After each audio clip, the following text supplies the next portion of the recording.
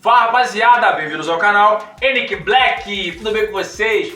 Pessoal, eu tô aqui para trazer um vídeo sobre o terceiro episódio que foi lançado hoje da série Invasão Secreta, com muitas coisas novas, pontos muito interessantes que vai nos fazer debater muito sobre o que está acontecendo e sobre o futuro da série. Então, vamos que vamos! Logo no começo desse episódio nós podemos ver um plano dos Skrulls, que é tomar os rostos e as vidas de oficiais da Marinha Britânica. A ideia que eles têm é ordenar um ataque de um submarino da Marinha Britânica atacando a delegação da ONU, o que com certeza traria uma guerra. Porque pensem comigo, a ONU é Organização das Nações Unidas, não são vários países unificados, trocando ideias, trocando planos para poder melhorar toda a sociedade. E aí nós vemos um país que faz parte da ONU atacando a ONU, ou seja, é como se esse país tivesse se infiltrado ali para poder descobrir segredos militares, principalmente, e começar a usar isso contra eles. Então, isso com certeza iria gerar uma guerra e a ONU seria desestabilizada. Tem uma coisa que o Graphic disse, os heróis vão reagir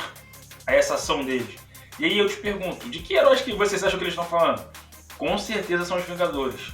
Quem são os Vingadores agora? Bom, basicamente nós temos o Sam Wilson como Capitão América, nós temos a Capitã Marvel, temos o Homem-Aranha, só que ninguém sabe quem ele é por causa do que eu vi no No Way Home. Nós temos os Thunderbolts, que basicamente eu acredito que o Lobo Solitário, que é o Soldado Invernal, vai liderar os Thunderbolts. Então isso que vai acontecer. Ou seja, os Vingadores e a equipe do Thunderbolt provavelmente vão enfrentar os Super Skrulls. O que, para ser sincero com vocês, muito melhor seria se a Marvel focasse apenas em Invasão Secreta nessa nova fase do que no Kang, porque o Kang que foi apresentado a nós no filme Homem-Formiga não está aos pés do que a Invasão Secreta dos Skrulls está sendo. O capitão responsável por essa frota de submarinos da Grã-Bretanha é o Commodore Robert, e ele é trocado por um Skrull. Inclusive é uma cena que ele está em casa e há vários seguranças em volta, e é descoberto quando o Nick Fury atira em um deles que ele era um Skrull, o que significa que todos aqueles em volta eram Skrulls. Olha para você ver o nível de infiltração que os Skrulls estão fazendo. E eles descobriram isso através da Gaia. O Graphic passa informações para a Gaia e a Gaia passa informações para o Talos, ou seja, meio que ela está infiltrada lá para ajudar o Nick Fury e o Talos a resolverem essa guerra Skrull versus humanos. É através da Gaia que eles descobrem o nome do submarino em que esses Skrulls invadiram. E aí, como é um submarino da Grã-Bretanha, então o Nick Fury pergunta à amiga dele, a agente Falsworth, para descobrir quem é o responsável por essa frota de submarinos. O que mostra quão importante é a personagem da Emilia Clarke. E mais uma teoria que eu acertei foi que quando o Talos e o Nick Fury estavam indo até esse suposto comandante Robert, eles dois começam a conversar e é descoberto que os olhos e ouvidos que o Nick Fury sempre falava eram os Skrulls. Que já estava meio na cara, mas eu fiz a teoria, então caramba, mais uma teoria acertada. Graças a Deus. Ou seja, os Skrulls ajudaram o Nick Fury a subir muito na carreira na SHIELD. Cara, parece... Eu sei que pra muita gente isso gerou incômodo, porque parece que, tipo assim, caramba, então o Nick Fury não conseguiria chegar lá sozinho. Eu, particularmente, não acho isso. Mas pensem comigo, o Nick Fury olha pra um ser de outro mundo e não trata eles como inimigos. Ao contrário, ajuda eles. Quantos humanos, principalmente a gente da SHIELD, teriam a mesma capacidade de fazer a mesma coisa? Eu não acho que seriam todos, e com certeza não seria a maioria. Então, caramba, realmente, ele mereceu chegar lá porque conseguiu ver o melhor no Talos e nos outros Skrulls que não são pessoas do mal. Mas isso não significa que o Nick Fury seja incompetente para chegar onde ele chegou. Até porque agora ele não tem quase nenhum Skrull a favor dele. E mesmo assim, ele tá botando a cara para resolver a parada. Isso significa que ele é mais capaz do que as pessoas estão achando que ele é. E o Nick Fury e o Talos chegam na casa, tem um certo embate e tal. O Talos acaba sendo pego pelo Skrull que está se passando pelo Commodore Robert. E aí o Nick Fury esperto. Cara, essas sacadas, se não prestar atenção, cara, você fica muito perdido. O Talos subiu na frente para poder ir até esse comandante Robert. E aí do nada o Talos fala com o Nick Fury assim: Nick, estou com ele, pode subir. E o Nick Fury começou a subir. Aí eu falei: Nick, você não vai dar um mole desse, pô. Do nada. Quando o Nick Fury sobe, o Nick Fury entra com uma criança no pescoço, apontando a pistola pro pescoço da criança. Porque ele disse: ninguém me chama de Nick. E isso é algo que só tá no filme da Capitã Marvel. Ele sempre diz: ninguém me chama de Nicholas, nem de Nick, só Fury. E como o Talos trabalha com ele, o Talos só chama ele de quê? De Fury. Então ele se ligou: pô, Talos tá me chamando de Nick? Não. não é o Talos. Ele foi pego. Então o Nick pega o filho do cara, que na verdade não é filho do Skrull, e sim o filho do verdadeiro Capitão Robert, e diz: solta o cara, senão eu mato o moleque. O que foi uma cena bem estranha pra mim, porque não era filho dele de verdade.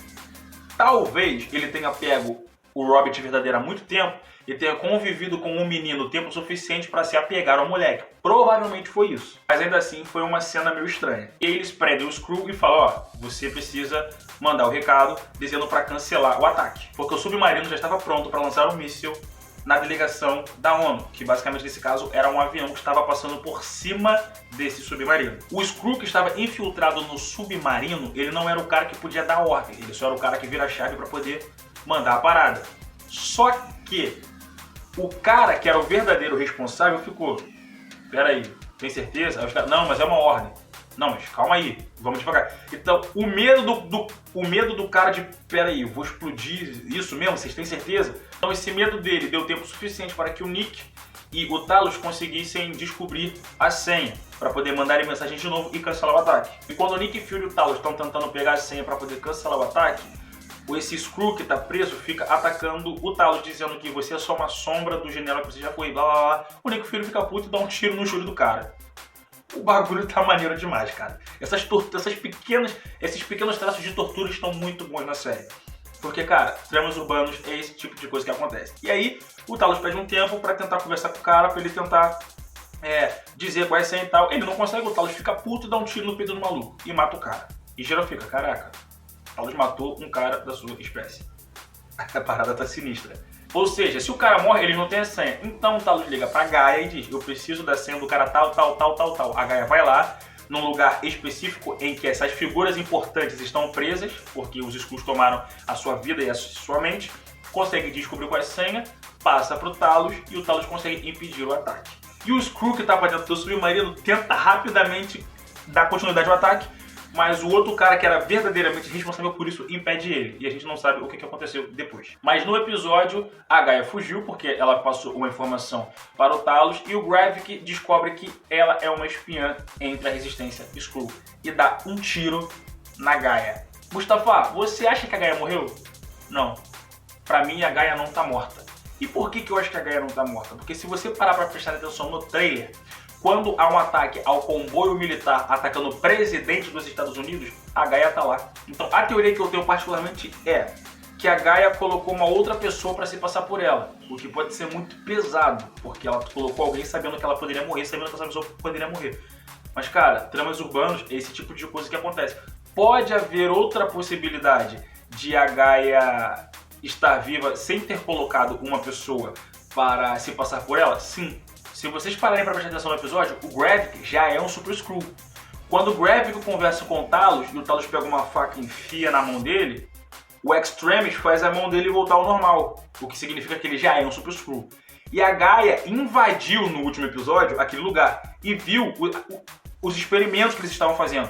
Então eu acredito que a Gaia se colocou naquele experimento para poder ser uma Super Skrull. E cara, isso ia ficar maneiro demais. Então não, cara, eu não acho que a Gaia tá morta. No final desse episódio nós vemos a esposa do Nick Fury receber um telefonema. Ela vai até uma espécie de banco onde guardam coisas muito importantes, como se você pudesse guardar arma, não é só dinheiro, sabe? Você pode guardar arma, pode guardar algum objeto muito valioso. E chegando lá tinha uma pistola.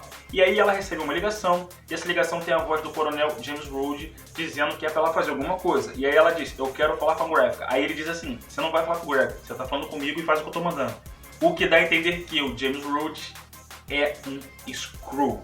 Porque as pessoas já estavam esperando desde o último episódio, porque ele foi até lá prender o Nick Fury, e devido à história que eles têm, foi algo realmente... Quer dizer, o Rhodes sempre foi um cachorrinho que segue regras, mas a esse nível de querer prender o Nick Fury, caramba, ficou realmente estranho. Então, provavelmente, ele é um Skrull. Mas um ponto muito importante que eu deixei para o final é: o sangue dos Skrulls tá me deixando meio confuso. Porque no filme da Capitã Marvel, é nítido que o sangue deles é roxo, não é verde e nem vermelho, é roxo, tá no filme da Capitã Marvel. E aí tem uma cena, por exemplo, da tortura da agente Falsworth, em que ela corta o dedo daquele Skrull, e quando o dedo é arrancado, o sangue tá vermelho.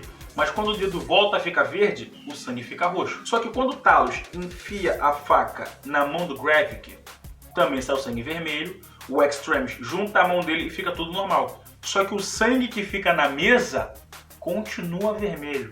E eu falei, cara, por quê? Eu não sei se isso é um erro deles, dos CGIs, eles esqueceram de trocar, ou se tem alguma coisa envolvida. E eu particularmente acredito nessa segunda opção. Tem alguma coisa envolvida na trama com o sangue dos Skrulls. E no meu ponto de vista, tem a ver com transfusão de sangue. No filme da Capitã Marvel, ela fez uma transfusão de sangue dos Krees para ela. Por isso o sangue dela é azul. Então é muito possível que eles tenham feito transfusão de sangue com sangue de humanos.